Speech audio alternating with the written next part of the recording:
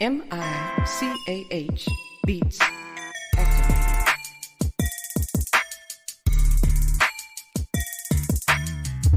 Welcome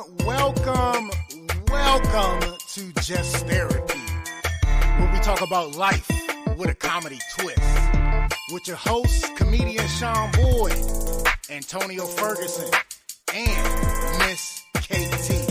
We talk about a whole bunch of shit from politics to people actually taking shits. So sit back, relax, and enjoy the therapy session. Man, this be dope. Make a motherfucker want to rap. I can't rap, man. Hold on, here we go. I can't rap. I really can't. But come sit down on the couch with us. Man, I can't rap. Come to the couch. Enjoy the show. Let's go.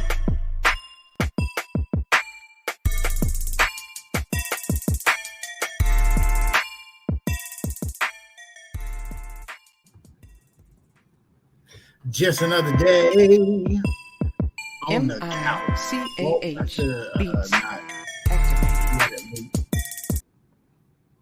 See, I go messing up already. Hey, just another day on the couch, talking about all the problems of today. Woo! Welcome to another episode of Just Therapy. I am your host, comedian Sean Boyd, with my co-host, Miss BBC. It's another beautiful Monday evening, y'all. What's going on, y'all? Hopefully, y'all having a good day. We here to end your work Monday off with a bang with some therapy. BBC, unmic yourself. What up, sis? I'm like, wow.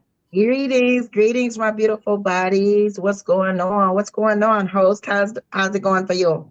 Hey, you know, being blessed, loving life, same old. Another beautiful Monday evening. It was sunny and bright, but it was still cold. So yeah, it was very breezy indeed. Yep. Big shout out to our last week's guest. Oh, there it go. It's starting already. Come on. It's starting already. I'm so sick of this computer. So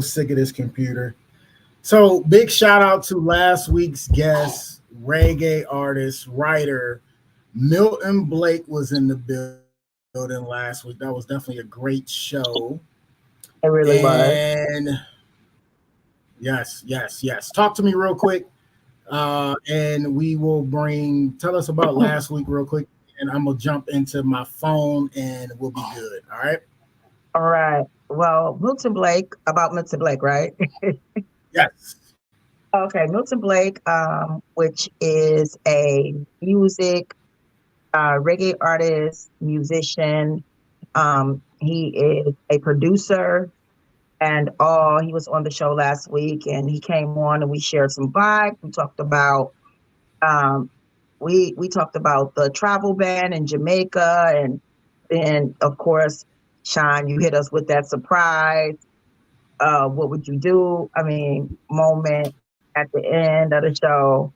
I think we shared some vibes. You know, a lot of people got a lot of understanding of about the travel ban and different things like that. It was such a good show.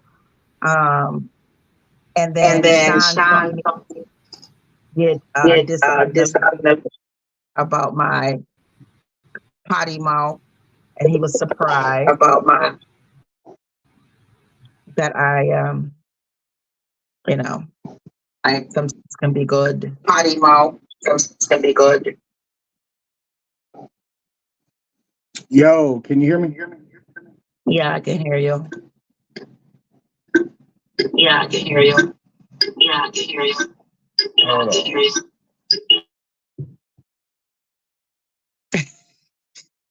So it was such a good vibes. It was definitely really magical. I can't wait. I definitely want to make sure I show tribute to a lot of I should be good in 2 seconds. Artists and musicians here, so the selectors, and a lot of my spiritual energy, a lot of my business partners. I definitely want to bring some yoga I want to bring some of the yogis and to share some vibes as well. Why can't I still hear you? I don't know. Can you hear me though? I can hear you well. I can't. This thing.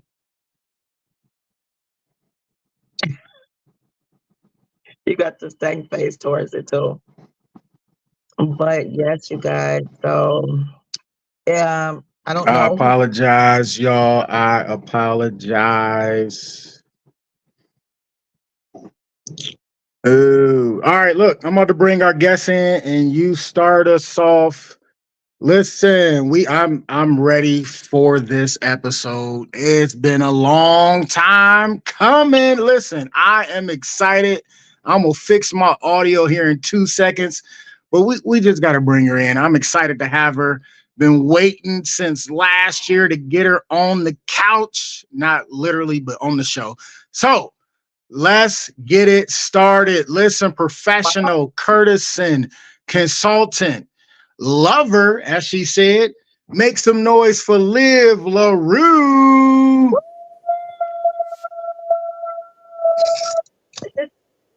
Hello. Hi. Greetings, my love. How are you? I I'm can't doing tell if so she talking well. shit about my connection or not. Yeah. So his connection is messed up. I don't know if he can hear you, but Yeah. you can hear me too? I can hear everybody. Okay, we Can you hear him. me? I think he can hear me. I don't think he can hear you either because he keeps talking over you. Oh my goodness. Sean. Can you guys hear me okay? Oh yeah, I hear you Okay. very, very well. Oh, now we can't hear him, but he's I'm, talking. I'm still on mute. Thank you for coming to the couch, Liv. I appreciate you coming to the couch. We had talked about this in the email, and with technology, sometimes it mess up, and I was trying not to jinx it. I didn't say nothing about my computer, and then as soon as we went live, the computer started messing up. That's But happened thank to you mine so much too. for coming to the couch. My pleasure. Thanks for having me. Thank you for your patience. Thank you for your hospitality. It's a pleasure to meet you, Miss BBC and Sean. It's wonderful Yeah. to be here. I feel at home because you're in my home land. Right. I see a bunch of smiles, and I don't want to miss anything of this interview. And I'm so irritated that my sound is not working right now. But I'm telling you, I am excited. If you can't tell, and now the computer want to steal my joy, but I promise you, it won't steal my joy. Let's start you off. How did you even get into being a courtesan? And hopefully when I come back, I'll be able to hear everything, but start us off with that, and then BBC, go ahead and do it. Okay. How did I get to be a courtesan? Was the question? Right. It was a calling from my higher power. It's a very spiritual path that I follow as a professional lover and a sex worker. It's not for everybody, and I don't think it's a spiritual path for every sex worker, but for me it is. And so even when I was young, when I was a young girl, I was always called to this line of work. So finally, I just dove right in. So when you say that it's a calling, on what level? Like, do you feel that it's a calling for you? With the connection to what you do, what you do. How was it a calling for you? How did you realize it? I felt like even when I was a young woman and a young girl, like 12 years old, I was pulled towards this lifestyle, but I didn't really know what it was. Like as a 12-year-old, I didn't know that I could make money doing this. I didn't know it was a job I could do. So it was like a fantasy at that time, right? But how did that even get put in my head? Right. I grew up. You know where I grew up. I grew up in the middle of Lorain County, and there's no exposure to prostitution out there if you're just a kid in the sticks. So how did that get put into my mind, right? So that's why I feel like it was a calling from my higher power. And then fast forward, things just lined up. And once I chose to do this, it just bam, bam, bam, bam. I start meeting cool people. And I feel like it's spiritually powered just because I connect to these people. And I've been told so many times that I've changed people's lives for the better. And I'm just doing my job. And I'm just doing, Right. I'm that's just doing basically what I'm just doing. like, do you feel like you help people and change it? Because when you're saying spiritual and then you say, okay, the money, then it disconnects. But when you say helping people and making people feel better or everything like that, then that's when I feel the connection. You know what I'm saying? Because a lot of people Mhm. are lonely out here. So I don't Mhm. want to say that, okay, the spiritual connection, we can help people in every way. But Mhm. even with being a lover, because a lot of people can't date and everything, or they can't find that connection. So I can feel it now when you say that. And do you feel like you honestly help people Oh yeah, every day? Or is it absolutely. like a job to you? It's both. I feel like I Okay. help people, and I feel like it's a job. And you can help people for a job. I'm sure Yeah. you both help people in your line of work. Right. No, Absolutely. Mhm. absolutely. So Absolutely. so you said you got drawn to it when you was 12 years old. Did you break down what a courtesan is yet for our audience? Did I miss that part? I'm sorry. A courtesan is a kind of just a fancy word for a prostitute. Okay. So, but generally, when escorts label themselves as courtesans, it's because they're trying to go for a niche that knows what that word means. So I don't know. It's like a flavor. It's a Right. different flavor, right? And there's all different flavors, and going to I'm not trying to hoe shame or anything. Like Right. everybody is good at their own thing, and that's just what I do, and that's the label I call myself. Yeah, but it's like a higher class of people that you want to um, connect yourself with or um, allow to Cater to. into your business. Yeah. Yeah, yeah. Yeah, okay. That's kind of what I'm going for. I like the artsy crowd. I'm a foodie. I'm an artist.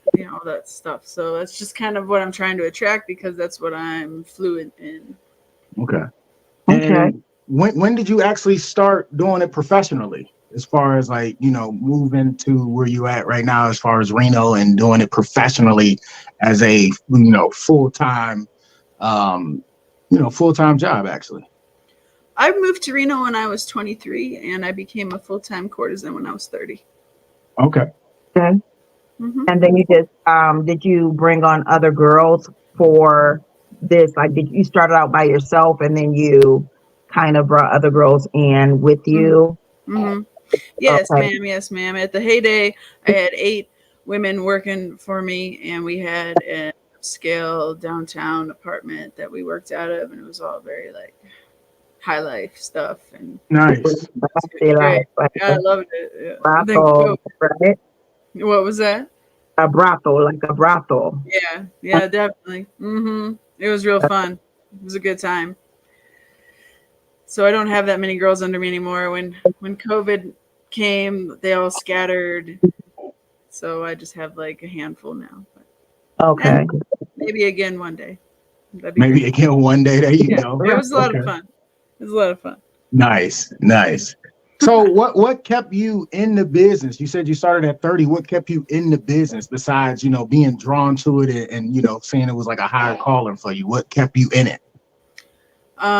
So let's see what kept me in it. I've been doing this for 10 years now, so you can do math. Mm-hmm. And what kept me in it? The money, the clients I have regulars that have been with me since the beginning. So Okay. that keeps me in it. It's fun. I get to be a different person. I get to assume a different persona and I kind of live out this fantasy thing. That's pretty fun. Just those 3 things, and I'm helping people. I feel like I'm helping people because like, I have another separate therapy business. I feel like I help more people in the sex work than I do in therapy. Okay. Okay. Are you into anything else like for you pages or anything like that? Do you do like internet um brotheling? I'm not doing the online adult OnlyFans stuff. I'm not really into that. I'm in the one-on-one in-person experience. That's my Okay. niche. Yeah. Nothing against anybody who does that. Good for Right. them. I just don't have the time. I don't have the Yeah, bandwidth. You know? no, we got to put disclaimers on everything because everybody's so sensitive today. Right. If that's your game, that's great. You know, be the best at whatever it is you want to be, right? So I just Right. try to be the best at what I'm doing. And my clients aren't there. That's not where my clients are. So Right.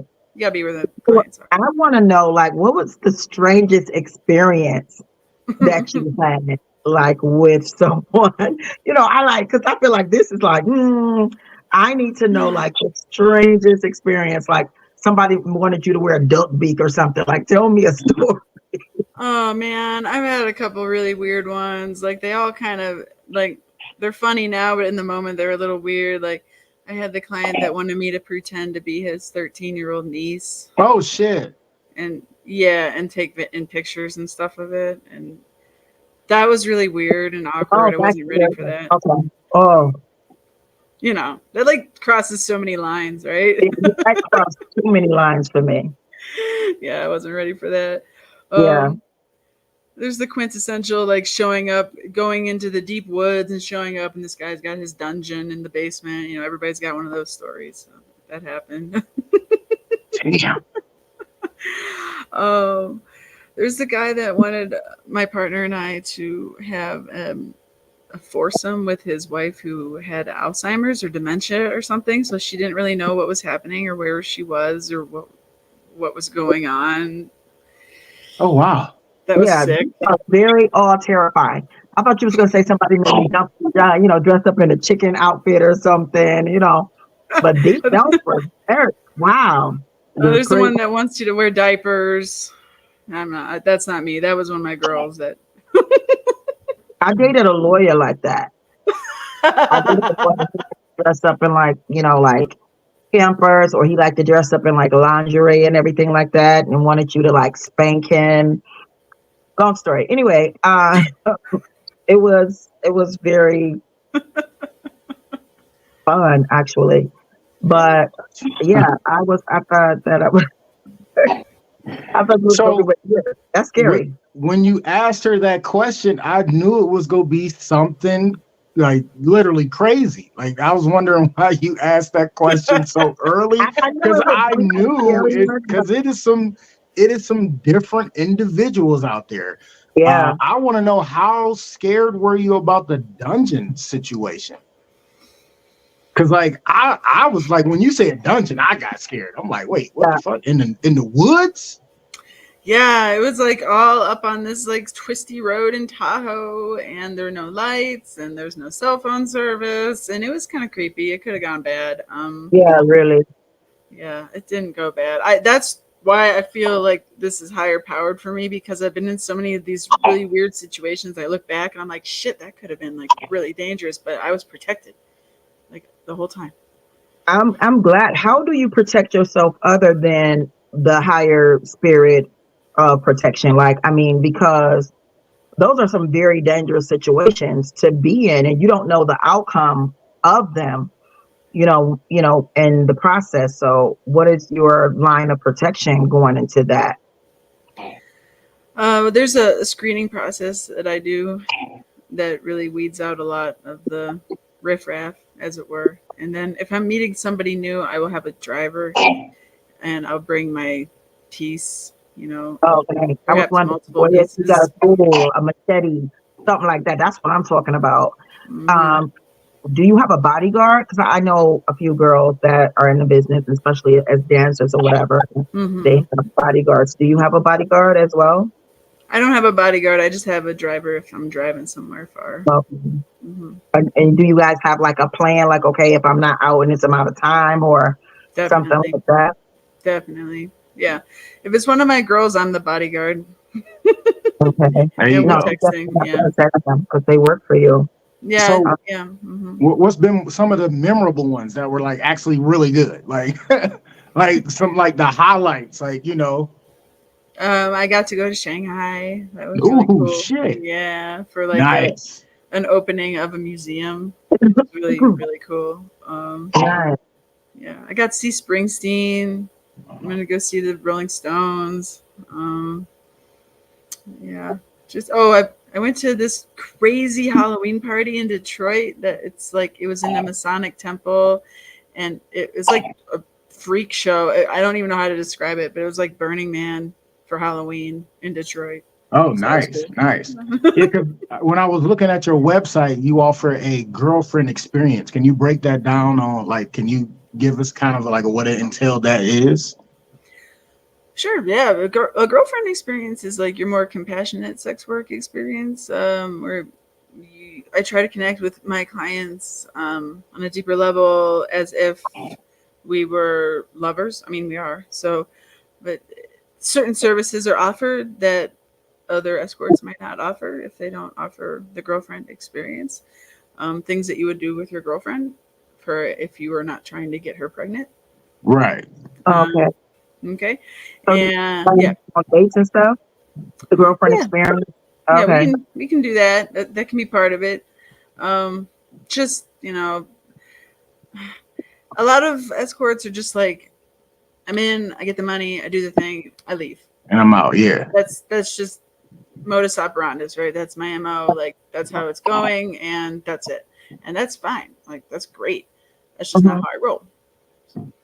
Okay. Yeah. What are some of your rules? Oh, I have some rules. Yeah, I have rules about access to my body that I make sure I make clear.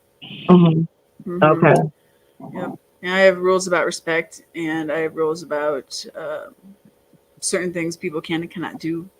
Right. Mhm. Like, if you are trying to spank me, you need to ask first. Like, Mhm. because otherwise, that's just hitting somebody, right? Yeah. Yeah. Like, if we don't talk about it first. Yeah. You're right. Unless they ask or you ask, it pretty much is. Yeah. You're absolutely Yeah. right. Stuff like that. Yeah. You have Mhm. a contract and a non-disclosure. For the girls, yeah, Yeah. definitely. Definitely. I have like a 13-page long contract. Yeah. That is very good. I like the fact that you do take the precautions as far as doing the thorough screening. I Mm. like that fact that you do the screening and the screening process because, like I said, I was diving into your website, so I want to, look and see what it was, and I like the fact that you offer the girlfriend experience because, like you said, so many workers don't do that, where it seems more intimate and more catering to the person to make it a better experience. Some of the testimonies, it was almost like it was like a testimony where you go to like a fine dining restaurant. The things that they said were just like wow. They did all that and made you feel that way. Where it's like it seems like you are really helping a lot of people. Like I read a lot of those testimonies, well, at least like 3 or 4 of them.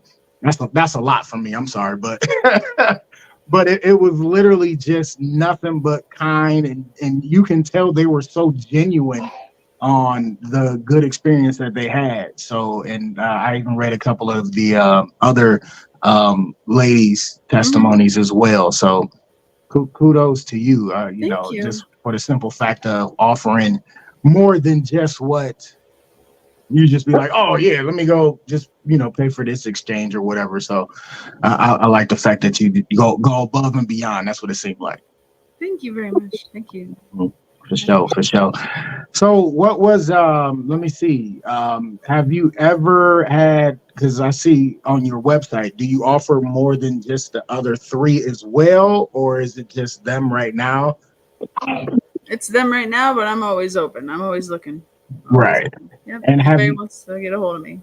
okay. And have you ever had an experience where somebody literally wanted all 4 of your services? Well, yeah, we've had parties. Like we had clients who have ski lodges, like Okay. 5-bedroom master bathroom mansions, and then they have their friends. Oh, I'm from New York and Vegas, and I bring those girls and plus more girls, and I put out an ad, and that's where I recruit, and those are pretty fun parties. I haven't had one of those for a while, but definitely open to doing that. I love having all the girls plus more. Are you a Nice, nice. parent? I'm sorry? Are you a parent? I have 2 boys. Oh, wow. That's Mhm. nice. Mhm. Do they know about your work as of yet? Or I don't know how old they are. They're But teenagers. Yeah, kind of. oh, okay. Yeah, Okay. Are you kind of. open and honest with them and talk to them about it, to make them understand what is, it is you do and why and how you feel that is your calling? Yeah, as much as is appropriate in the moment. Yeah. Right, Yeah. right, right. But kids today are smart. It's not like when we were Mhm. younger. In Ohio too, like a lot of parents is like, do as I say, not as I do. None of my business. Go in the room. You don't know what's going on or whatever like that. But kids today are very smart and technology and everything like that. So to me, it's like I always told my sister this too. Like just talk to them. Enough where they have an understanding of what's going on. That way they won't get hit with surprises. Like oh, or something like that. And it's you know they're smarter now, but not I don't know. I want to say that kids are more aware than we were. I don't want Mhm. to say some of them are smarter because, Hmm. some of these Gen Zs are just, and it's mostly our fault, but I'm not going to go into that. Anywho, um, True but that. True that. yeah, I wanted to know that. Is it hard for you to, like, when you're out and you have to, do, your work, is it hard for you to hold a relationship? What kind of relationship? Like a relationship, like on your own, like Oh, having a spouse or partner. I wouldn't say it's hard. I'm married. I've been married to the same man for 15 years. We've been together for 21. Okay. I also have I'm a polyamorous person, so I have another partner, Okay. and I have another partner who is a woman. So we Right. all get along. Oh, good, good. That's really, really good. Nice. Miss BBC, she talking right up your alley. Right. I live a polyamorous lifestyle as well. So Oh, right on, right on. Do you have kids as well? I do have one, Mhm. and I'm a fur mom, but that's a whole nother story.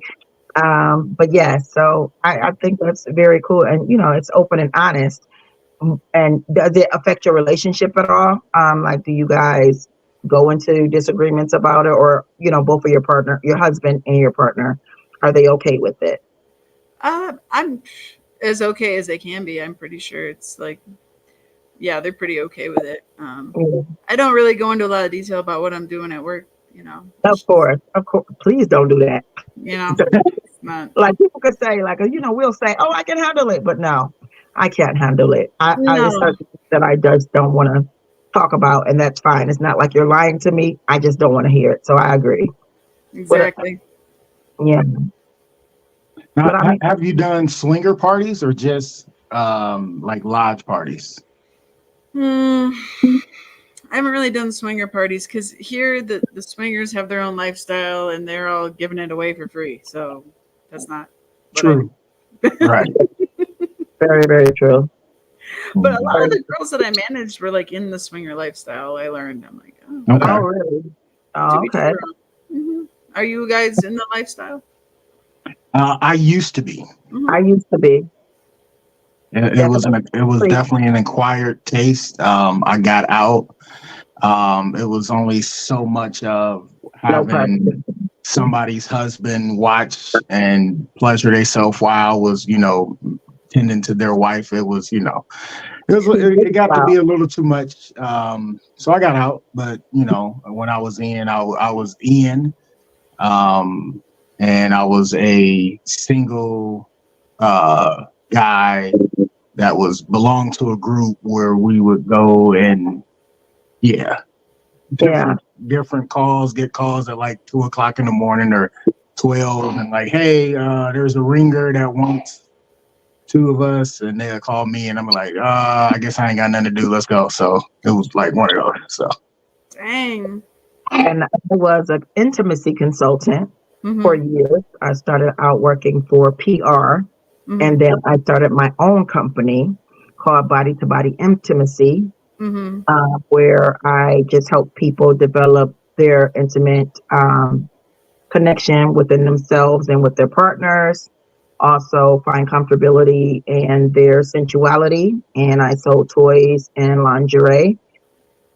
So I threw parties as well, or I connected with groups that did parties, which also helped my business and kind of my music. But once I took on a different part of my life, I um, stepped out of that lifestyle myself. Look at Sean, he looking like, what? What? No, he knew that about me. I know. I was gonna say I knew that. But yeah, so and I did feel like it was a calling for me as well, to the fact of a lot of people are very uncomfortable with their sensuality. People that have flaws or, defects, or feel like they're not connectable with people.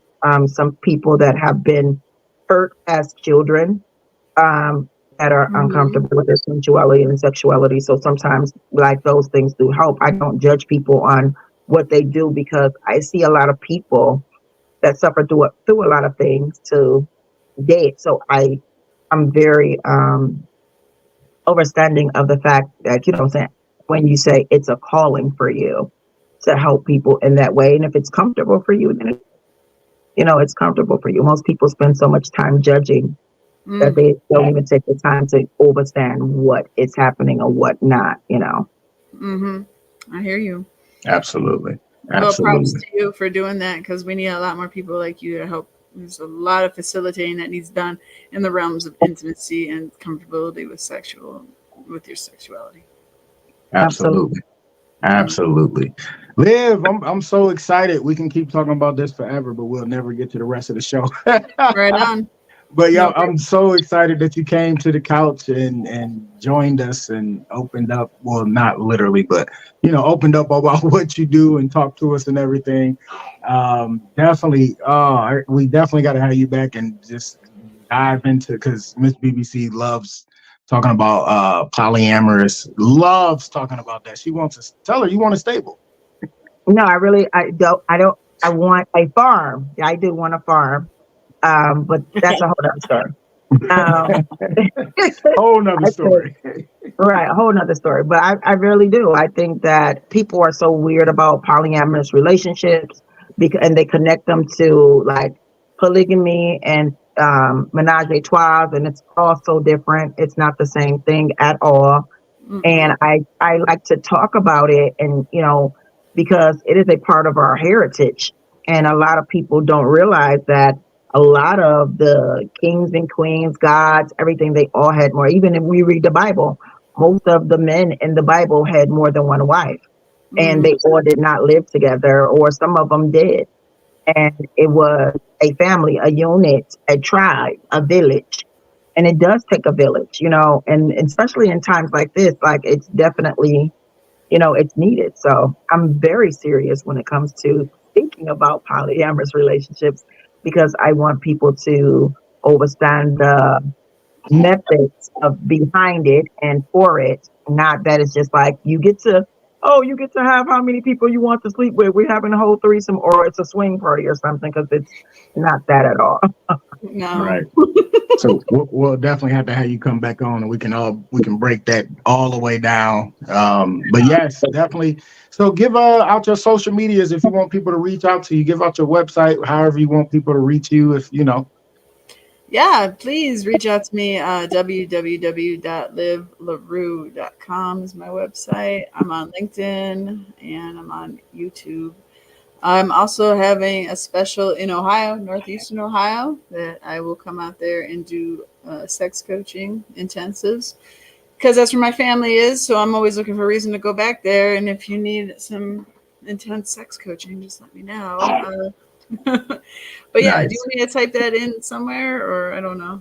No, if you hold on, maybe Right I can now, get right it. now. I don't think the feed is working because I'm not seeing anybody's comments. No, because like it's two different ways I get comments. Okay. I do it through my page, and for some reason my page is connected, but then the comments don't come up anymore. They used to, and then the comment we got from the regular YouTube and the Facebook just therapy is I don't know what that is right there. Yeah, that's the only one I saw, so I wasn't sure what was going on. Yeah, so I was like, I didn't put that up because I don't know what they said. So, but yes, so Well, I welcome you anybody do to reach out. Yeah, just reach out to me. Text me. I don't know if I should give my number out online, but I'll my do your number's on website. my website. So www.livelarue.com. nice. LIVLRUE. Mm-hmm. And I got to go back. When you say intense sex coaching, what does that entail? You didn't talk about that yet. Well, that's I have that advertised on my sex therapy website, which is a Okay. completely different business, but I liken it to a baseball analogy because most people are familiar with the bases. Uh-huh. So we'll talk about all the bases in order, and we'll talk about how to communicate with your coach so that you can communicate with other players, and we will practice getting to all the bases in order. Nice. I Oh, like so it's that. like Okay. the mother on Meet the Fockers. Right, remember that she was like into sex coach or whatever Yeah, for the elderly. yeah, Um, yeah, so it's like perfect. that. Okay, she was right. Exactly. Whatever it takes, a Right, lot of right. people, it's so funny. So I'm sorry, I'm going off on a tangent, but I'll No, try. you good. I have a business that's sex therapy and I have a business that's sex work. And the people, sometimes they cross over. People who need therapy actually are looking for sex work. People who are looking for sex work actually need therapy, right? So Um, whatever it takes to do the healing, that's no, what I'm into. you like when you weren't into strange things like it. People will be so surprised at the people that need help, and therapy. And like if you can work it through sex, which is one of the greatest pleasures, because Mhm. I think that's why a lot of, people that are aggressive, or people that are do like deranged, things like that, things Mhm. that happen to them. And you will find that some people will release um, some things to you that Mhm. you will be like, oh, okay, no, you definitely need to, get that out of you or whatever, or, find a way to, I remember I was a guy that was at one of my events and he was, he didn't like when women come. He didn't like when women, like he thought it was gross, like he didn't want to touch it, but he always wanted to make them come. It's just like once they came, he thought it was disgusting. Okay. And so as soon as they'll do it, he'll just be like, like grossed out. And this is what he told me. And I was like, okay. And I had another, a woman, she was a wife. She had been with her husband for 12 years and she had never gave him oral sex Whoa. because she was touched when she was little and made to do that as a kid. And it was very dramatic for her. Well, like she never told him this, but he wanted her to do it. So one day I was set up and I was doing a demonstration in the class and then she was like treating me bad, dogging me out, everything. And so she was just like, because who need that? And after everyone left and, purchased things from me, she came and she's standing in the corner. She just watching me. And I'm like, come on, you can come, you can touch it. Like touch the toys. And she breaks down to me like, I need to help. I need to learn. And I have this course called Head 101. Mm-hmm. Anyway, so I give her the whole breakdown. I give her all the lubricants and everything she needs, Mr. Stretch Mouth, all the good stuff. And uh, like 5 days later, she called me and said she wanted to come meet me. She wanted to come, and I worked at a beauty salon at this time. And she come up there with her husband, and he was like, "Are you the lady that?" Blah, blah, blah. And I'm like, "Okay, this man is about to try to kill me. Like, why is he all aggressive?" And he hugged me and was like, thank you, you saved our marriage, or whatever." Aww. Yeah, so it was, you never know what someone needs or needs help in or what, and some people would reject it because it makes them feel better to reject it than to open up to it. But yeah, they're still together and they still contact me all the time, even though I don't do it anymore, but they still like check in with me. Nice. Nice. Aw, that's a good story. Nice. All right, let's keep it moving into the regularly scheduled programming. We always do a recap on like what happened to us this weekend. I'll go first. This weekend was cool. Dropped off Lil Mama. Did a open mic at Crackpots Comedy Club. Did like 20 minutes just to keep fresh. I always like to keep fresh as possible. Was in Geneva on Saturday for a gig at a place called The Boot. Good time. It was interesting at first because I keep telling the guy who's running the show to do it a certain way. And, some people ask for advice, but then don't heed the advice. And it's just information. Just like you don't have to do it that way, but just to make it run smoother. Sold out show. First couple comics was, yeah. And you can tell because the people were talking and getting antsy. And then, the two people I brung with me, when they got a Tsunami with a small T. Big shout out to Megan Phillips. She did her damn thing, and then I had my guy Brandon Petrie feature for me, and he did his thing. And then when I got up there, I can't bring it all the way home, but it was funny because as soon as I got up there, this lady, the first thing she said was, he introduced me. He was like, celebrating 15 years. Been all over, and then said my name. So I get up there. And the first thing this lady says is, are you gonna be funny? So of course, me being me, I said, are you gonna shut the fuck up to find out? And the whole crowd erupted. And I was like, wait, you waited until the last person to ask that? Like you couldn't ask the first two people that, but you waited until the person they said actually has been in at 15 and been a lot of places. You want to wait until I get up. And like I don't deal with hecklers like most people. I get super mean, but I try not to. I try to give them an out because it's my whole thing is I have so much material where I don't have to talk about the crowd. But when somebody say something stupid like that, it's automatic. And I told her, I was like, look, if you want to be highlighted right now, I advise you not to. But if you really want to go there, I will. And she was like, real quick, but it was a good time. And then they were just drunk and a little loud later, and the crowd was literally on my side because they were, they didn't pay to come see her be loud and talk to her friends in the back. It's like they got a bar, just go to the bar area. But other than that, it was cool. Made some money, sold some merchandise, so that was always good. And then now we here right now. So Nice. that was my recap. What happened to you, Miss BBC? Anything exciting? No, nothing exciting, too exciting this weekend. Worked on some music stuff. Got together with a friend, which is actually one of my ex background singers. And she is the leader in our group for 75 Hard, that, the workout group I'm in, me and KT. And so I really just didn't do too much of anything this weekend. That it was very much a simple weekend for me. Just Ubered most of the weekend. And that is very strange for me because I always seem like I have a lot going on. Had a nice chill weekend. That's good though. It was pretty just, real chill. That's what's up. What about you, Liv? How was your weekend?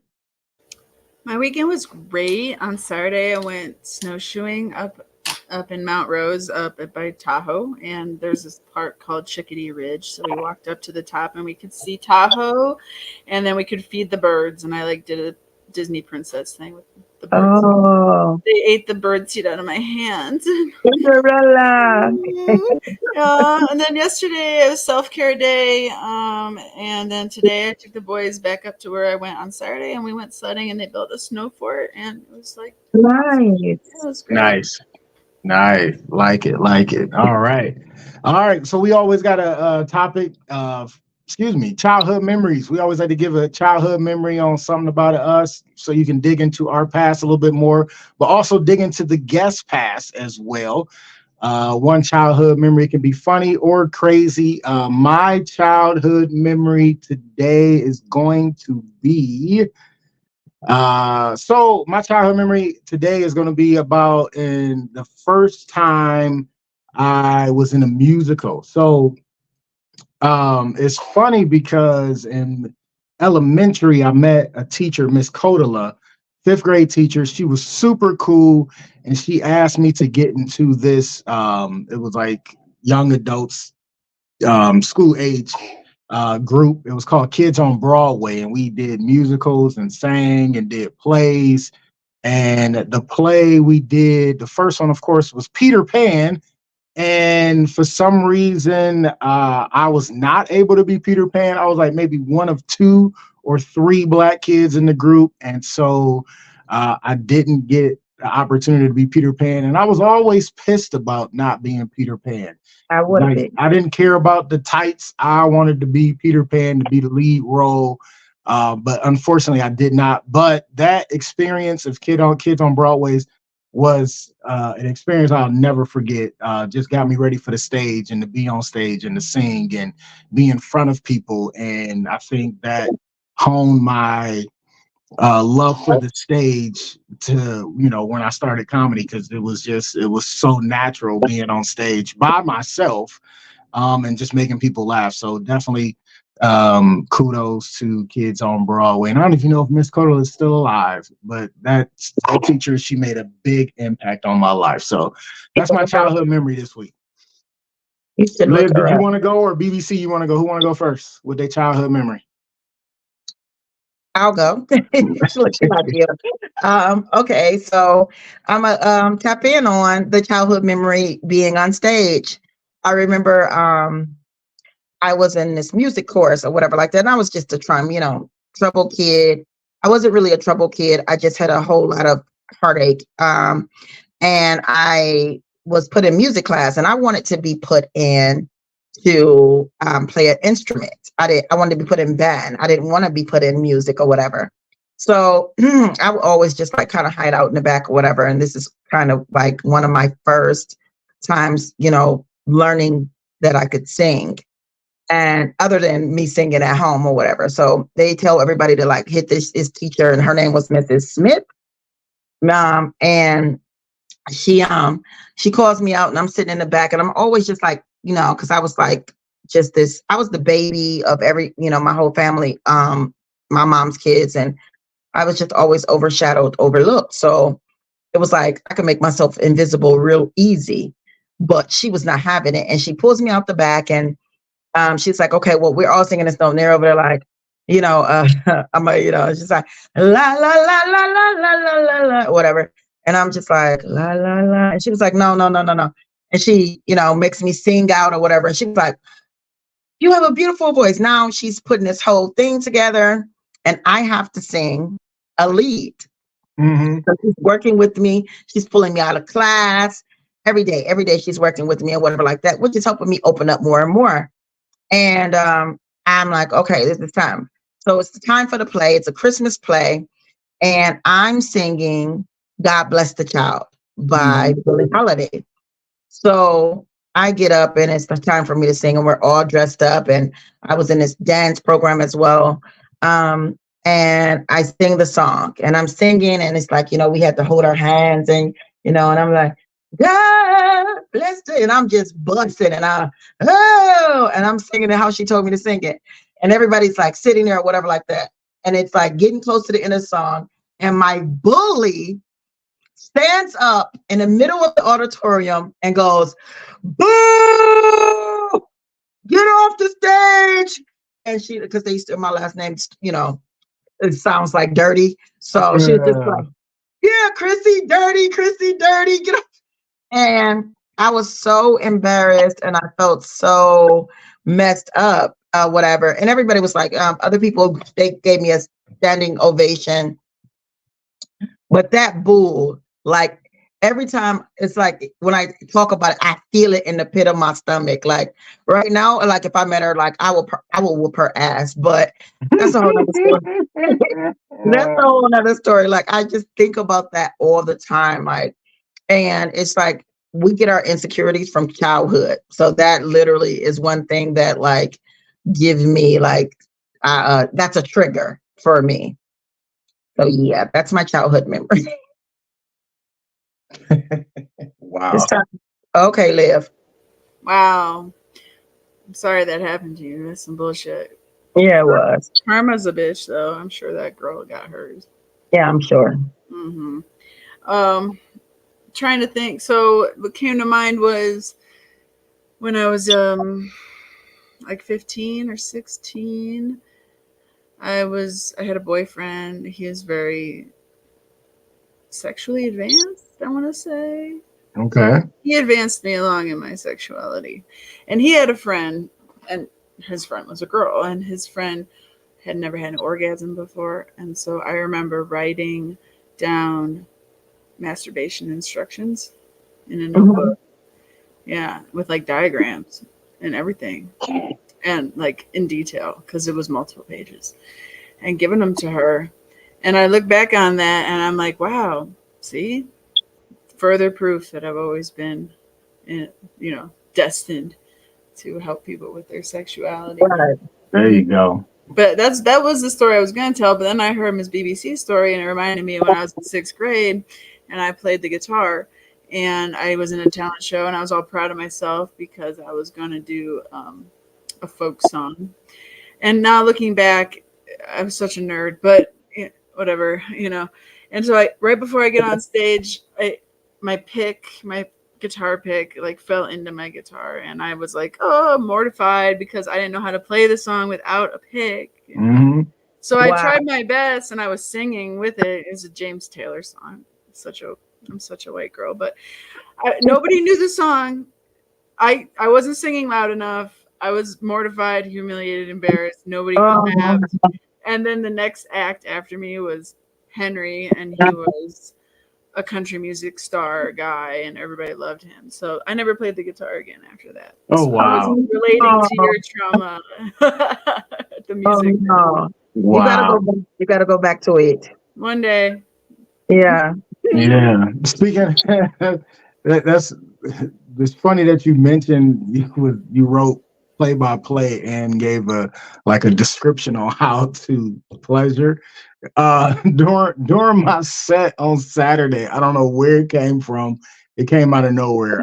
I literally told guys 3 different ways to make a female squirt, and I was like, take notes. And it was like 2 guys was like, wait, don't start yet. And they brought out their phone and literally recorded that. And it was a guy in the crowd. He was just like, how he looked at me. I was like, you know what I'm talking about. And I was like, you go vouch for what, if when I break it down right. Every time I broke it down right, he was like, nice. Like, you spot on, man. You spot on. I'm like, so it was funny. And like all the ladies were like looking at their guys, like telling them to pay attention. It was so fucking funny. But that's good too. They're gonna be like, we gotta go back so you can get some more notes. Yeah. I mean, it was Valentine's weekend. I wanted them to make sure they had fun when they left. So I get it. Yeah. All right, let's get to it. One of our favorite subjects on here is flowers while they're still here. Instead of being conditioned, like so many of us are, to give people flowers while they're dead and gone, we like to give people flowers while they're still here so they can actually smell those roses. Ms. BBC, who getting your flowers this week? I'm going to give my flowers to all the men that did not receive a Valentine or have a Valentine for Valentine's Day. There are a lot of men that actually did a lot for their women, and their women didn't do anything in return. There are a lot of, or just, felt like, okay, well, because they make it like Valentine's Day is for the women. And I think if it's representing love, I don't celebrate Valentine's Day, but I celebrate love.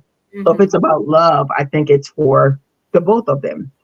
So to all the men that didn't receive a Valentine, flowers, give candy, happy Valentine's Day. That's who my flowers are going to. All right, there you go. Well deserved. I'm going to take a page out of your book. My flowers are going to go to the 2 comedians I brung to shine before me, Brandon Petrie and Megan Phillips. Just 2 cool people. I remember when I first met Brandon, he reminded me of a guy called my little brother, Palmer Trolls. He literally, throwing out the flowers, he literally reminded me of him when he first started. He has like that voice, that kind of deep voice, funny, thinking kind of humor, great. And then Tsunami, Megan Phillips, brings that female side, that in your face, funny, real thoughtful comedy. And I love the fact I get to give people time to shine. I always want people in front of me that are going to have people laughing, because I want to laugh before I get up on stage. So I literally want somebody that's going to make me laugh and literally get the crowd going. So where all I got to do is jump in and just take it to another level. And just to have them on the show with me Saturday is always good. You know, I make sure they got paid, and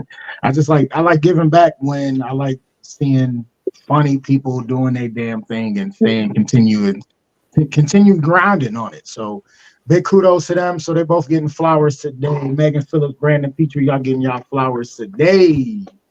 Yes. Liv, who you want to give flowers to? Let's see. I really like what Miss BBC said about the Valentine's Day. I'm gonna give my flowers to all the law enforcement professionals out there who are fighting against human trafficking and against the underage sex trade, which is going on behind the scenes. Yeah, that's some bullshit, and they don't get enough props, and especially not from people in my industry who think that the cops are out to get them all the time. It's bullshit. So I love cops and I love what they're doing. The FBI, anybody, the nonprofits, all the invisible warriors. Because that one actor, he's really in that really big. What's his name? He's the real cute guy. Played on a 70s show. He started like a 70s show. What's his name? Ashton Kutcher? Yes, he is very much involved in saving a lot of children, traveling the world and breaking down trafficking things. So, right on. It's well deserved. Thank you. That was beautiful. That is well deserved. Absolutely. Back at you, because you're right about the Valentine's Day and the men who. There's so many men out there who put it all into their relationships, and their wives take everything for granted and are so entitled, and I can't take it. So thank you. Absolutely. All right, let's get this Black History fact before we go to our one and only sponsor break. So this week, I'm going to talk about 2 U.S. museums honor Black history, culture, and heritage. The first one is the National Museum of African American History and Culture in Washington, D.C. It is a national museum exclusively dedicated to the documenting the life, history, and culture of African American citizens. Boasting a collection of more than 40,000 articles, the museum is part of the Smithsonian Institution and was dedicated fittingly by the U.S. first Black President Barack Obama on September 26, 2016. And then the recently opened International African American Museum in Charleston, South Carolina, also recognizes the heritage and traditions of African Americans and their experience through art, language, music, food, and more. So that is your Black History fact this week. The 2 museums, if you ever get a chance to check those out, make sure you check them out. I heard they're awesome. I want to definitely go to both of those and check those out, because they have a lot of great stuff, a lot of artifacts that people don't know about. So if you ever get a chance to visit either one in Washington, D.C., that is the National Museum of African American History and Culture. And then the one in Charleston, South Carolina, that actually just opened about 2 years, maybe even 3 years ago, is the International African American Museum in Charleston, South Carolina. So check those out whenever you get a chance and you're in the area. I promise you, you will not be disappointed. So that is our Black History information for this week. And I think that's a great time and a great spot to take our one and only sponsor break. Please don't go nowhere. We got more Just Therapy, more Olivia LaRue on the way. Don't go nowhere. You already know who I am. I'm your host, comedian Sean Boyd, and I'm taking us to break, baby.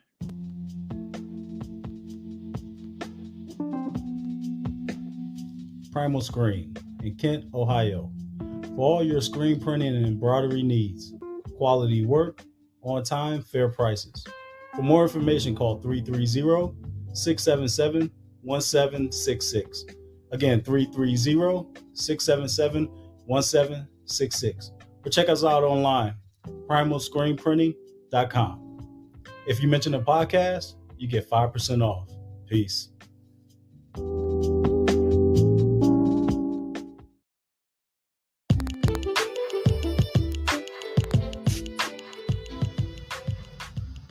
Custom Design Aquariums, where we bring your aquatic dreams to life. With your help, using your imagination, together, we will turn your home or office into a peaceful getaway. For a free consultation, call 330-475-5181 or contact us by email at customdesignaqa@gmail.com. Once again, that is customdesignaqa@gmail.com. Mention this podcast and get 5% off.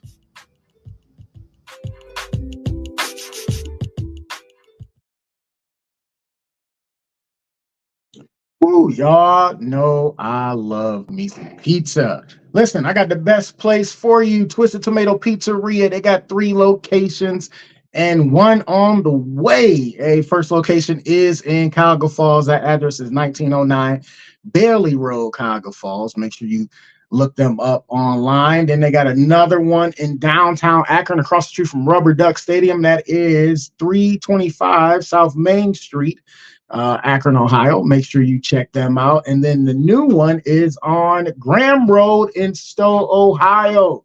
Listen, I love those places, not just because they're the sponsor, but they got some good food, man. Make sure you check them out. The best part about the downtown location has to be the beer wall. I like to call it the Dave and Buster's of beer. There are 36 glorious taps of ale, IPAs, and even wine. And all you do is go in there and you put money on the card.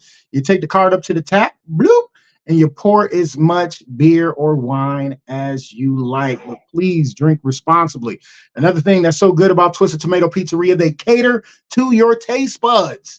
And I know I always say that every week, but I mean it. Anytime you order something, it's a specialty order, they always get it right. I'm telling you, so many people don't get it right, but Twisted Tomato does. So make sure you check them out because the food is flat out delicious. So make sure you check them out. Twisted Tomato Pizzeria. If it's pizza, it is possible. Yeah.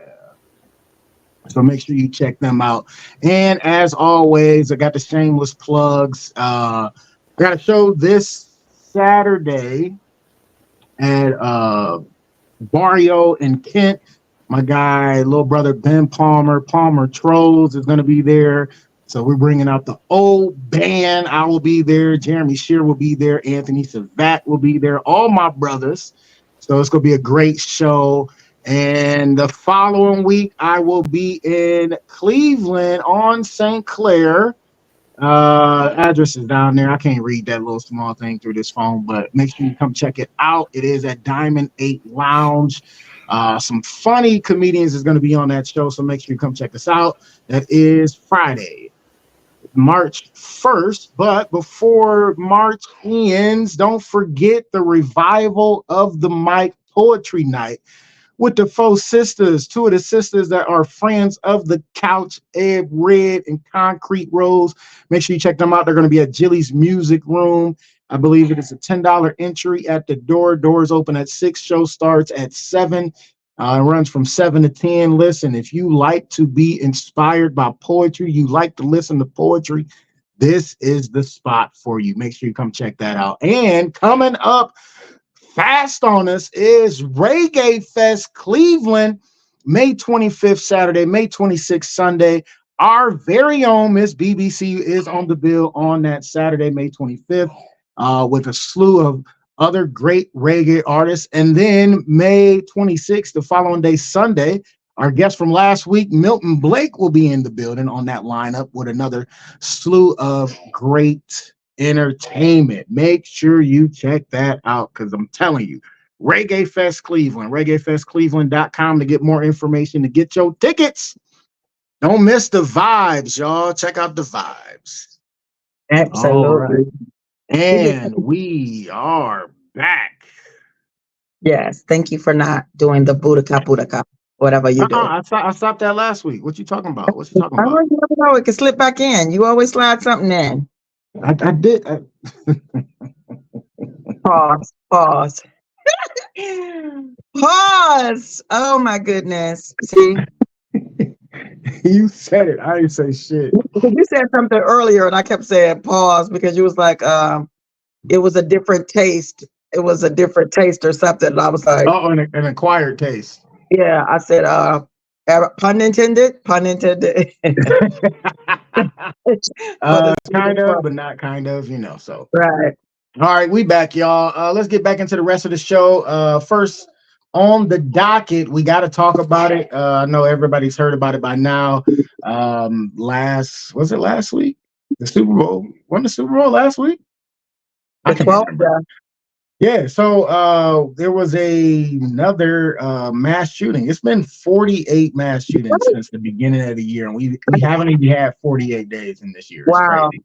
But Kansas City Chiefs rally shooting was a result of a dispute between several people, 2 juveniles in custody. They actually arrested 3, but the one that they figured out was not involved. One person is dead, and at least 20 others were injured after shots were fired at the end of the Kansas City Chiefs Super Bowl victory parade and rally in downtown Kansas City. Suspects opened fire on the crowd near Union Station where the parade concluded, and a rally was being held to celebrate the team and the city. All of the Chiefs players, coaches, staff members, and their families were unharmed in the chaos. Police said Thursday that 2 people, both juveniles, are in custody in connection with the shooting and have not released their identities. Officials said they do not believe terrorism was the motive and that the shooting was a result of a dispute between several people. They said out of the 22 people, it was like 22 people injured, one passed away. They said half were literally 8 to like 16. Oh, wow. Half of the people that got injured and caught stray bullets. And it's crazy how they can put in a law that women don't have the right to choose what they do with their body, regardless of any fact, but they don't want to protect people from being in mass shootings, which it still baffles me to this day, where some old white dude can tell a woman what to do with their body, and this dude ain't had sex in probably like 50 years or whatever. But they won't lobby to make better gun laws. Now, of course, I'm not against guns. I think we need better gun laws to where we can not have these things happen 48 times, and we ain't even had 48 days yet. Like, right. I mean, there's got to be a way. There's got to be a way. And we talk about it all the time on the podcast when a mass shooting happens, and we always rack our brain and try to come up with stuff. But I mean, there's really nothing to come up with. I mean, something needs to be done. Because they're making all these gun laws to be everybody get a pistol, everybody can have a weapon. You don't have to be registered or whatever, and then you get these people that are of age getting guns for the younger people and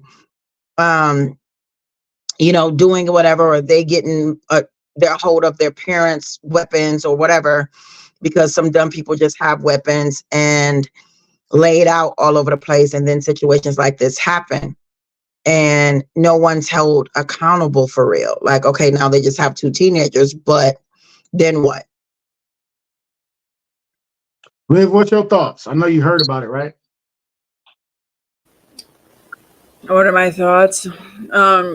A 17-year-old girl just shot and killed her 4-year-old brother and dad in Reno this week because she said she couldn't stop the voices in her head and the urge to kill. So why is there 1.2 guns per person in this country? Like, how does a 17-year-old girl that has mental health issues able to even get a gun? Yes, or get to it. And so with the Kansas City shooting, I don't have all the facts, and it's just really sad. I don't know. I don't have a lot to say about it. I'm speechless. Yeah. I mean, too many times when we talk about this stuff, we are all speechless because we don't have the answers for it. We can talk blue into our face, and nothing ever changes. I mean, sometimes we gotta bring those stories because I mean it's something we need to talk about, but it need to be aware of. Yeah. And it's almost like we're desensitized because we'll put flags at half staff for a couple of days, and then next thing you know, it's business as usual. Then it happens again.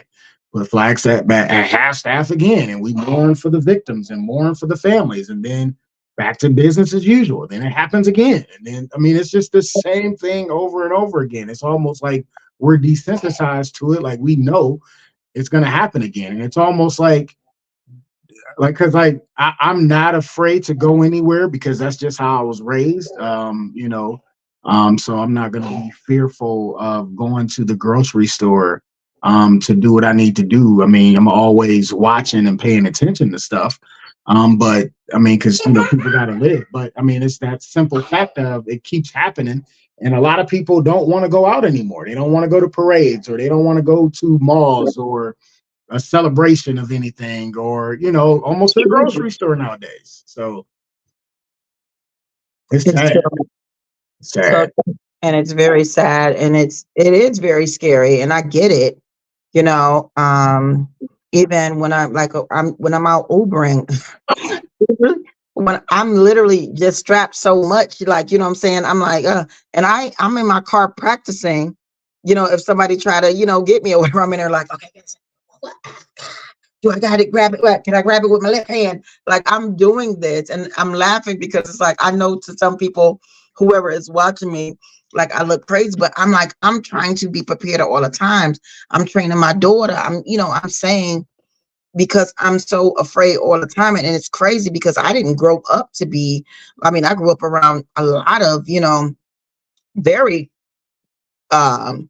tragic things, and very strong neighborhoods, and my father was a very powerful man, so I grew up being taught a lot. But it's like, this world is so cruel, and it's just like people don't care about anything. Like, they don't care about the positivity, they don't care about the uprising, they don't everything is negative, everything is destruction. And it's like it's no civilization anymore. But the ones that know how to be civilized. And it's like only a small group. Go upstairs. Excuse me, I meant to put that on mute. Yeah. So. Yeah. It's sad, but like I said, it's almost like we're becoming desensitized to it because it keeps happening. So yeah. All right, let's move on. Let's move on. What's the next topic, Miss BBC? Let's talk about it. I gotta hear this one. The next topic that I wanted to talk about, and actually did a poll on my page, I don't know if you saw it.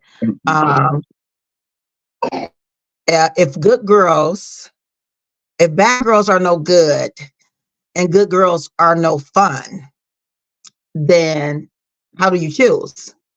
So I wanted to talk about bad girls and good girls because and then let me just start off the story. Let me give my disclaimer. I used to be a very bad girl. I was very just rude, feisty, overly sensual and sexual or whatever. And I was just like, I had this just certain part of my personality that I was very destructive, but I was so fun. Like I just feel like everyone wanted to be around me. Everyone wanted to be a part of my energy or whatever like that. And I really didn't need all of that. Like I was just like, but I felt like even in my physical state, like when I would be physical with somebody, I felt I was more passionate and more, and I don't, I'm sure it had a lot to do with my trauma as well. The reason why I was like that. But then now my life has changed very drastically, and I have a certain uprising that I definitely want to hold, and I'm good, but I feel like I am boring.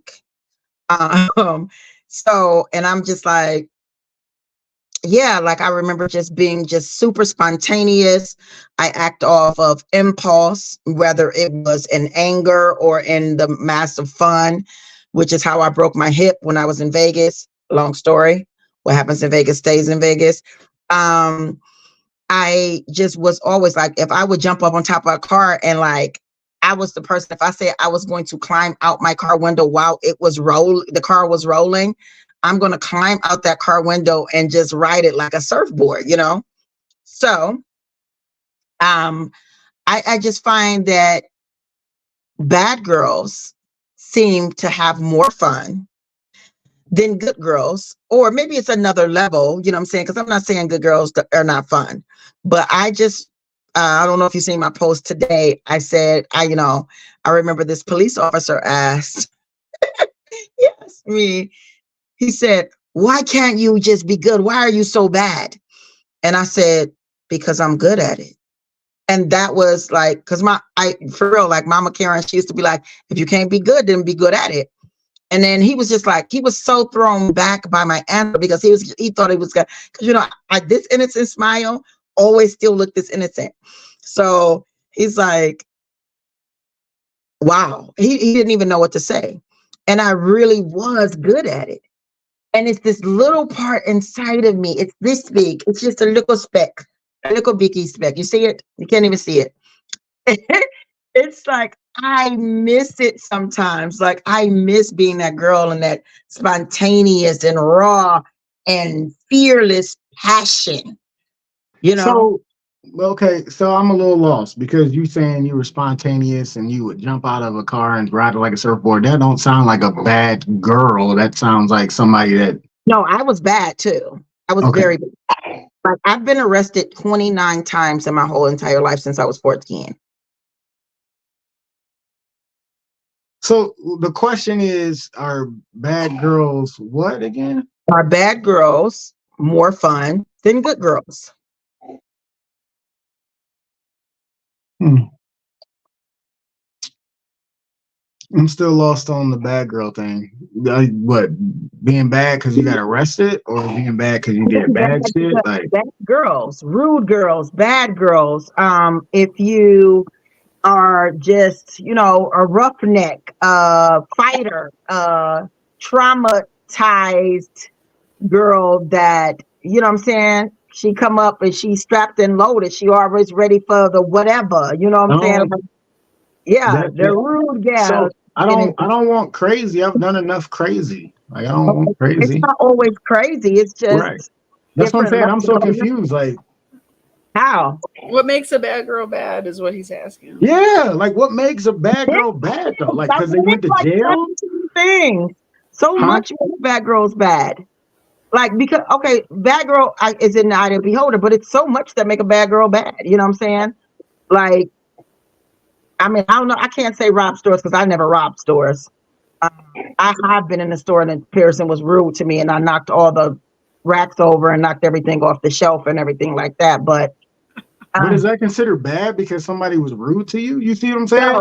No, I'm not saying that was bad. I was just expressing that moment. Like, I've never stole from a store, but I have like destroyed a store, many times.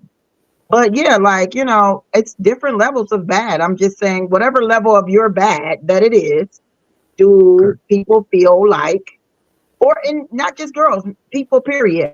But I'm just saying girls, like, you remember that song? What is that? That song Bad with Rihanna and Wale? What was it again? The song Bad with Rihanna and Wale? Kind of. Sing it. Sing it for us. Oh, it's like, what did I go? It'd be like, bad girls ain't, hold on. So it's like, is it bad that I never made love? I never did, but I sure know how the fuck I'll do you bad, cause, you know what I'm saying? You remember? Well, anyway. Here, let me ask you a question for your question. Is it more fun for you to be bad than it is to be good? Yeah, I think so. It is more fun. It's more fun for us to be bad girls than it is to be good girls. Who cares what other people think? I think that, it's like, to me, I think you have to be a little bad to be good.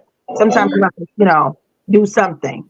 But when I think of let me just say my bad girl, her name was Trouble, which that was my nickname, Trouble. Mm-hmm. Like, she was just very fearless. She was very free. She had a lot of fun. Yeah. And she was very dominant. Like, she had a very dominant energy to the point where I could not control that part of my energy. And I had to shut that part of me down to be able to uprise into my crown and be who I am today as an activist, as an uplifter and an empowerer. Yeah. I keep that part of me in a vault because I fear it, right? But it's really like the greatest part of me because it's like the most confident part of me. It's the most fun part of me, you know? So for me, yes. My answer is yes. Yeah. What you think? I just had to listen to the song. I know what song it was. I think I was a bad girl for a long time, but I can't. It's not sustainable, especially with kids, because I don't want them to grow up to be little punks, you know. So I am a good girl now. I'm very involved in my community, and my 9 to 5 job is a 7 to 3 job, and it's a good girl job. And but I tap into that bad girl part of me doing my Olivia LaRue work, and also just to remember what it's like, because it was more fun, you know. Same thing, like I was doing crazy shit. I was having a lot of fun doing it, but at what expense, you know? Yeah. No, because I got into a lot of trouble. Don't get me wrong. I Mm-hmm. did stay in a lot of trouble. I mean, you never dated a bad girl? Me? Don. Oh. Oh, you talking to me? Yes. Have I dated a bad girl? I mean, I was the bad guy, so you know, but like I done did a lot of shit and didn't get caught Do doing you a lot of feel shit. like Got caught you doing are shit. not fun as you were when you were bad? Are you saying do I think I'm not as fun? Yes. No, I think I'm just as fun because you got to Really? remember I'm a professional comedian, so I'm always laughing and joking and pissing people off on purpose because that brings me joy and makes me laugh. Just being like a playful asshole. So no, not at all. I don't think I'm less fun to be around just because I don't do a lot of the dumb shit that I did before. Not at all. Nope. I don't. Okay. I That's don't. good. I don't see it that way. That's Because people good. still like being around me, because they always know I'm gonna be talking smack, and people get used to that. And if I ain't talking smack or like messing with somebody or just picking with somebody, like not on, not mean wise, but like I like okay. So prime example.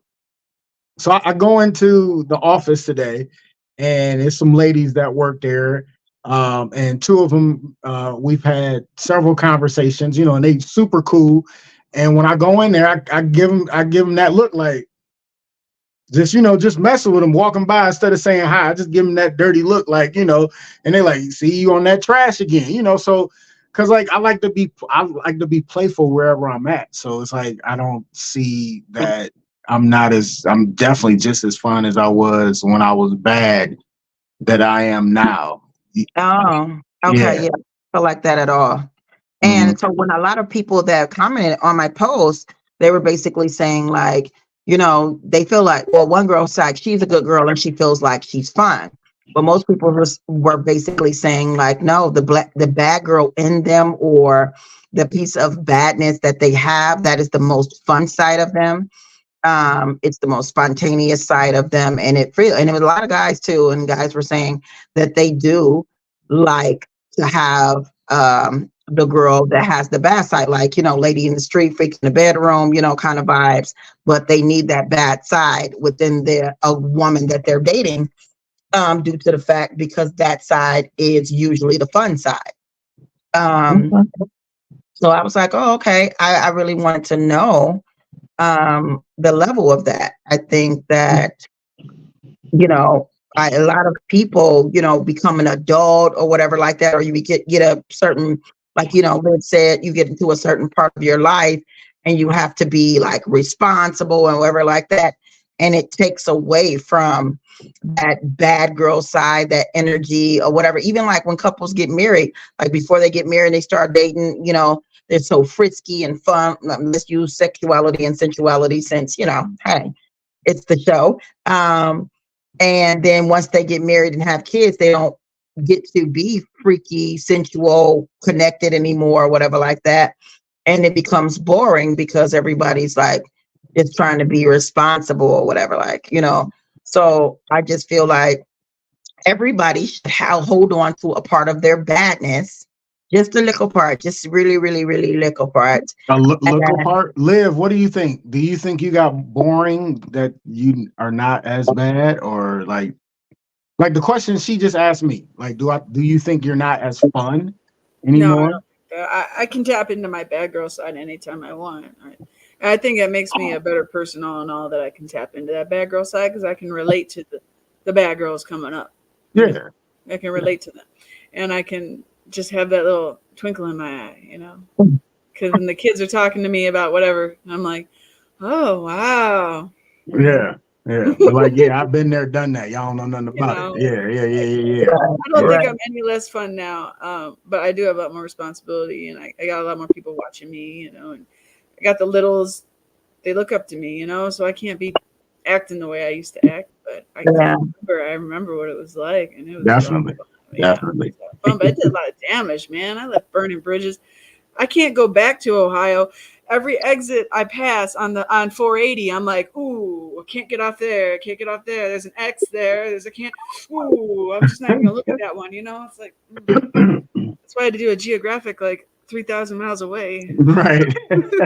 definitely, definitely. I just want to, I want like I wish that how many people that I might just ask the question, how many people feel like that bad side of you was your fun side? I want to hear from some of the people out there. Like tell us, or describe a story or energy where you feel like your bad side was your most fun side, and you wish you can go back and either live those moments or incorporate it inside of your life today. Well, I think that's a good question. Good question to come up with. Yeah. But yeah, I don't feel as though that like I'm not as fun. What about Like the like swing party stuff and everything like that? we'll say that again. What about the swing party, energy or whatever like that? Like you don't miss that or wish you can tap back into that at all? That sounded See, exhausting, dude. Getting called up at midnight to go bang some stranger. What the fuck? I do not miss that, and it was exhausting. Going to different clubs that they wanted you to go to and different hotel parties. It was I don't miss it. It was exhausting. I don't miss it. Don't want to go back, and I'm like content. Like, and it's not a bad content. Like I'm Right. happy. Yes, little baby.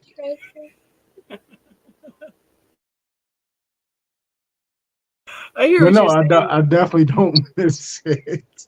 Be like, no, no, no, no. Not at all. Good times were had by all. Yep. Yeah, Good times are had by all. for real. I got stories, and and like I said, just and being on the road as a comic, I got so many different stories. Just So you see how yeah, you're reminiscing? You see that huh? you had to reminisce face like so many different stories. Oh yeah, there's a lot of stories. A lot of stories. Yeah. Okay, we'll do it later. All right, go get your candy out the thing.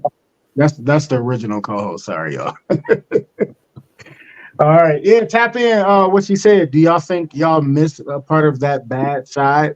But until you tap in, let's go to one of my favorite subject. Yes, crazy, funny, fucked up news. Yeah. All right. This week in crazy, funny, fucked up news, Massachusetts woman thought she was texting soap opera star. Then the scammer told her to kill her husband. Like, what? All right, so listen, Roxanne Duchette had always wanted to meet a celebrity, and there she was at 64 years old, receiving a string of flirty text messages from soap opera veteran Thorsten Kaye. He called her honey and sent her heart emojis. He said he missed her, that he needed her in his life. Then the messages took a sinister turn, according to police records. The mysterious admirer told her that she needed to get rid of her husband. Now, authorities are investigating whether the Townsend woman tried to comply with the demands made not by the bold and beautiful star, but by the scammer who tricked her out of thousands of dollars by poisoning her husband with a bowl of homemade soup, according to police documents. The alleged Oh, plot, which has gained national attention for its own soap opera-like elements, came to light in December, 2 days after Duchette's husband was hospitalized after eating a bowl of soup she had prepared for him, according to police reports. Duchette's daughter was scrolling through her mother's phone and as they sat together at the hospital, aware that her mother had recently given money to an individual who was posing as K. Had reported to fraud local police and was going through the text messages to take screenshots. So the person literally said, "You have to get rid of your husband, honey. I need you so much." The scammer told Duchette, who responded that she needed to do some thinking and would talk to him later. But shortly after 2:30 p.m., Duchette wrote that she was making an amazing potion, special potion. He would be hungry when he gets back, just enough for him. At 4:26, she wrote, "Hubby got back to not feeling well. Maybe I could collect life insurance." Like literally, she thought, okay, good job. She literally thought that this soap opera star was in love with her at 64 years old and got scammed through text messages, believing that it was the real soap opera person. that is terrible. That is terrible. What's crazy about this is like he miss you or whatever. He doesn't even know you. How would he miss you? Like he's a soap opera star. Why would you have to send him money? You know, I mean, like I need to know what is really, because like I need the whole story. Like, was she, did she have some mental stuff going on or whatever like that? How do It you? don't seem like it, because it says less than an hour later, Duchette called 911 to report that her husband, Paul, of 73, with the cardiac history, was unresponsible but breathing, according to police documents. He was sitting in the chair mumbling nonsense things, she said. Wait, she knew she poisoned this dude, right? And said she had a special potion, thinking she was gonna be with this damn soap opera dude, right? Like you said, why does he need money? Second off, you 64 years old. You know he don't like you. Like, why would you think that he liked you? Like, you really got trapped up in this soap opera that you really thought you stood a chance. Like, that was that bad girl coming out of her. And I think, like, see, this is what happens when a lot of women or people, and this is where live work come in, that they are, desperate for attention and desperate for, desire, to be desired and to be wanted. Like, I don't know her and her husband's situation, but evidently she wasn't getting the attention that she needed, probably no sexual pleasure at all. He's 71, no matter, no telling what kind of 73, but still same difference. Yeah. They got Viagra. She had or whatever. So she's now getting attention from this person she's never met and has made herself believe that he loved her and needed her or whatever. If she's sitting at home texting all day, evidently she doesn't work. So she's giving away her husband's money basically to this scammer. And he's probably telling her everything that she needs to hear. And a lot of women after a certain age, and this is all, and certain, even younger, but, when after a certain age, because they feel like, after a certain age, you're not desirable anymore. They fall for the fuckery of all of that and start sending money. And then, like, he talked her into, never met this man, he ain't even beat it up, touched it, kissed it or nothing. And you like, literally, I'm going to kill my husband. Right, I'm gonna kill my husband and make a little potion and everything. He smelled it. That's crazy, and it could have been very like, wow. She, like, I can't believe she thought she was about to get away with it and get the life insurance though. Like, are you serious? Like, luckily he did not die because they got him to the hospital in time. Yeah, but, and the daughter found it and told on her mother. What do you think it is? It's a lot of lonely people out there, man, and they are like desperate and needy, and there are a lot of people that are just ready to jump on that, looking for those Marks and Rubes. And I don't know how the connection was made. How did she get a hold of this? How did this person get a hold of her? Like, Right. where To say where he the was this connection? soap opera guy. Yeah, that's the part I'm missing. Like, was she on a site like, oh, I would love to meet this guy, and then like somebody came in and swooped in on it? Like, I'm sure it must have been how it went. But why are you putting it in writing that you're gonna make a? She's not very smart. Like, she obviously hasn't really premeditated killing her husband as much as I have, because that is not something I would ever put in a text. Never. Like literally is documented in the text messages. I'm gonna make this amazing potion, special potion. Like what? He That's will be hungry when he gets back. And then she put it in the soup. Like I know it had to taste funny, but the simple fact that she was going through it because he was like, you gotta get rid of your husband. Like, fine. And she, wait, what? okay. Like, if you want to be with me, I'm just gonna leave my husband and be with you. Like, I don't need to kill him. Like, what? Think about how scary that is, though. Like somebody like this, you got to be a real cruel person, to be telling people. And how many women have he done this to? How many women actually attempted? Like you're telling people, like he's basically a serial killer through other people. Mm-hmm. You know what I'm saying? Mm-hmm. That's Yeah, there's some twisted people out there. Yeah. That can manipulate somebody to not only send them thousands of dollars, but like want to kill your spouse or whatever. Like that's like wow. That's wow. I'm in the wrong line of work. That's scary. That is scary. Basically, because he's not doing anything to get the money. He's not doing Right? anything but talking. Mm. Gee, Yeah. that's terrible. That's to me, that's still like I can't get over the fact that like She went through with it. well, that she went through it and that she really believed that this dude liked her. He didn't even say he loved her. He just said, I missed you and want to be with you. But you Yeah. got to get rid of your husband. And she said, okay. Like, Okay.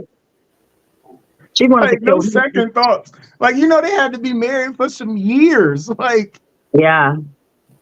she's like, I'm going to throw all this away and like get rid of my daughter's father and my husband. Like, wait, what? Wow. Yeah, she had that in her anyway. Yeah, pretty much. Pretty much. All right. So that's this week's crazy, funny, fucked up news. Yeah. That is, whoo, that one blew me. Oh, literally? Literally? Not in a good way. Not in a good way. Oh, man, that's funny. Liv, thank you so much for coming to the show. We had a great time with you. Definitely. You definitely got to come back so we can like have a whole episode where we just talk about a whole bunch of stuff, a whole bunch of freaky stuff. Thank you for having me. Definitely, Yeah. definitely. Hell yeah. Yeah. Matter of fact, we always do a National Sex Day episode. Maybe you can come back for that and we can just dive deep. Pun intended, into all that. So maybe we can get you to come back on that time. Maybe. That'd be great. All right, give out your website one more time. Tell people how you can follow you and look at you up. Yeah, check me out at www.livelarue.com, LIVLARUE.com. Yeah. Sign up for my newsletter, and we'll be in touch. Nice. Definitely. All right. It is that time for the close. You ready? Sorry. Look. Now she ready any other time, be chatting in there, and then every time you have to call her for it, she know the close is coming. Every time. Like 7 times. We ready for the close. You ready for the close? All right. We ready for the close. Something you can ponder on. Until the next time you see us live on YouTube and Facebook on the Just Therapy Beat podcast, or hear us next day on Spotify, you'll close this week something you can ponder on. All right. So you'll close this week. I am not what happened to me. I am what I choose to become. Oh, I like that one. I like that one. Hit that again. One more time. I am not what happened to me.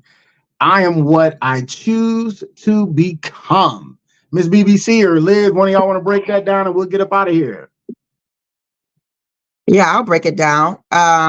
Whatever happened to me in the past has happened, but who I am becoming and growing into, I am dynamic, I'm extraordinary, and I am powerful. And that past will never hurt me again. Hey, I like that. I like that. Yes. That was a good quote. Man, that was good. That was good shit. I be smart sometimes. You say what? I be smart sometimes. I was talking about the quote. I want to talk about your breakdown. No, I'm just my breakdown was live. It was so fire. Once again, thank you, Liv. Thank you so much for coming to the couch. We appreciate you. Thank you so much. Thank you for having me. Yeah. No problem. Hope you enjoyed yourself. I know we definitely enjoyed talking to you and getting to know you. So, like I said, it's been a long time coming for me. So loved it. Yeah, definitely. Shout out to my homies in Ohio. Hey, OH. Come to Ohio to the Reggae Fest. It's in May. I am performing on it, as you heard, May 25th. So, come through, bring your family. It's down at Vonovich Park. It's going to be so amazing. And it's my first time performing. Such a big event. So I'm super excited. Would love to have everybody there. Check out the flyer. He'll send it to you. And you'll see the vibes, okay? Right on. All right. Sounds good. All right, y'all. Until next week, God willing, we'll see you next time on the couch, y'all. Enjoy the rest of y'all evening. We are out. Peace. I love you. I believe in you. I want you to win. Welcome to Just Therapy, where we talk about life with a comedy twist. With your hosts, comedian Sean Boyd, Antonio Ferguson, and Miss KT. We talk about a whole bunch of shit from politics to people actually taking shits. So sit back, relax, and enjoy the therapy session. Man, this be dope. Make a motherfucker want to rap. I can't rap, man. Hold on, here we go. I can't rap. I really can't. But come sit down on the couch with us. Man, I can't rap. Come to the couch. Enjoy the show. Let's go.